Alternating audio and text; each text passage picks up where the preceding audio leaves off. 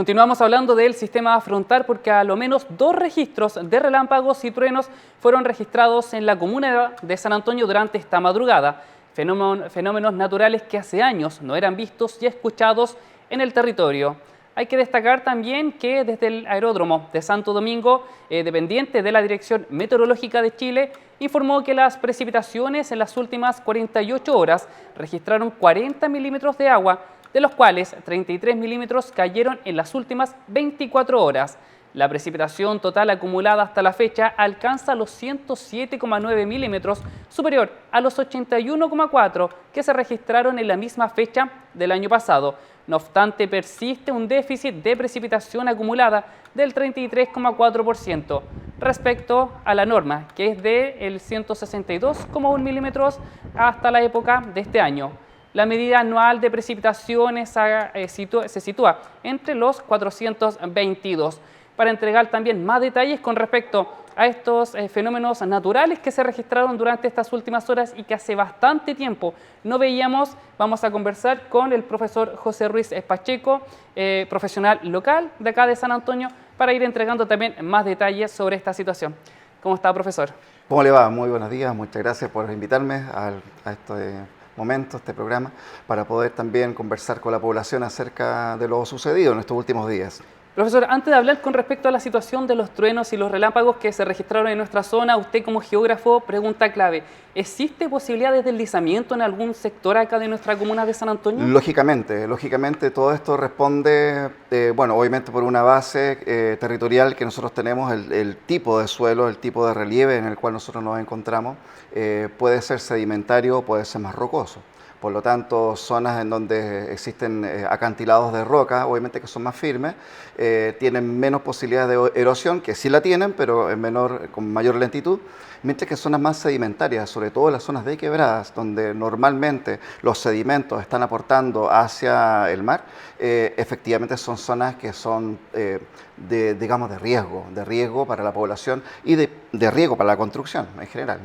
Bueno, San Antonio tiene varias quebradas, producto de los cerros. ¿Qué aspectos, por ejemplo, deben analizar sus vecinos al momento de estar viviendo ahí o de construir también en estas mismas quebradas? Bueno, por ley, en la construcción, uno no puede generar una construcción cerca de los 30 metros de la zona, digamos, más baja del punto en donde está la quebrada. Obviamente que los tipos de construcción legales, digamos así, bajo los términos de la normativa, podría eso estar dentro de lo normal, pero normalmente lo que también vemos es que hay construcciones que están por sobre esa norma y lamentablemente también tenemos zonas de toma en donde eso también se transgrede. Por lo tanto, aumenta la posibilidad de riesgo de la población. Con el deslizamiento de tierra puntualmente en esa zona. Por supuesto. Bueno, nosotros lo hemos tenido ahora en la quinta región, principalmente en Reñaca, Concón, ¿cierto? Por ser una zona mucho más sedimentaria, son zonas de dunas, ¿ya? Por lo tanto ahí aumenta por 10 la posibilidad de erosión. Pero en el caso de San Antonio, si bien es cierto, tenemos zonas de duna, también hay zonas que son sedimentarias, que también tienen que ser evaluadas. También hay que considerar distintos tipos de construcciones importantes, como la construcción del megapuerto, construcción de hospitales, construcción del estadio, megaconstrucciones que también tienen que ser evaluadas desde esa perspectiva. Existe una norma, que es la norma 433, que es la que te permite construir bajo estándares antisísmicos, pero sería bueno estudiar esa norma de tal manera de que se puedan agregar más componentes como los que nosotros tenemos actualmente frente a las lluvias.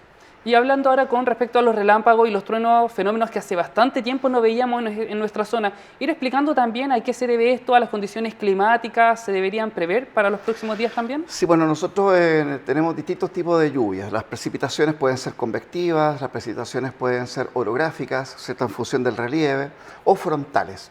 La gran mayoría de las precipitaciones que nosotros tenemos en la zona central son de características frontales, y quiere decir que son frentes de tiempo en donde dos masas de aire están justamente confrontándose entre sí, una masa de aire cálido y una masa de aire frío. La masa de aire cálido tiende a elevarse, y al elevarse obviamente que va produciendo estos roces que son susceptibles de la generación de relámpago y el sonido que viene después, que es el trueno. Normalmente se demora un poquito más el trueno porque el sonido va más lento que la luz. Y mientras más corto sea el periodo entre el relámpago y el trueno, quiere decir que está más cerca. Fue lo que sucedió, ¿cierto?, en la noche de ayer, donde verificamos este fenómeno. Es un fenómeno que es normal, es un fenómeno que va a depender obviamente de la envergadura, de cómo se va concentrando la humedad. La máxima expresión, digamos, de una nube que concentra sería un cumulonimbo, y mientras más se va generando esta concentración de nube, obviamente aumenta la probabilidad, porque estamos hablando de varios cientos, incluso miles de metros que puede alcanzar este cumulonimbo, en donde estas grandes masas de aire cálido ascienden y van rozando con la masa de aire frío, provocando obviamente estas posibilidades incluso de formación de granizo. ¿Y en qué momento, por ejemplo, se podría generar un rayo? Algo que no se ha registrado hasta la fecha, por ejemplo, las condiciones deberían ser similares, deberían cambiar drásticamente. Por supuesto, o sea, la condición que fue ayer perfectamente podría haber generado una caída de rayo. Se intensifica, si ustedes lo pueden revisar, hacia el sur, obviamente porque las condiciones son obviamente más vulnerables para que se pueda dar eso, y perfectamente podríamos tenerlo nosotros, de hecho lo hemos tenido anteriormente, hace 20 años atrás aproximadamente, incluso en el norte del país, en Coquimbo, también se generó una situación de importantes caídas de rayos. De generarse este tipo de situaciones, ¿cuáles son algunas recomendaciones para la ciudadanía? Por ejemplo, alejarse de algunas cosas metálicas para evitar algún incidente. Sí, efectivamente, lo que se busca es puntos altos, obviamente alejarse de los puntos altos, no hay que resguardarse de los árboles, porque también los árboles son susceptibles de caída de rayos, las torres, obviamente, sobre todo torres de alta tensión, y no generarse en grupos. O sea, si uno está en una zona abierta, lo importante es no concentrarse con grupos porque también aumenta la probabilidad. Perfecto. Quería agradecerle por su tiempo, profesor. No, gracias a ustedes.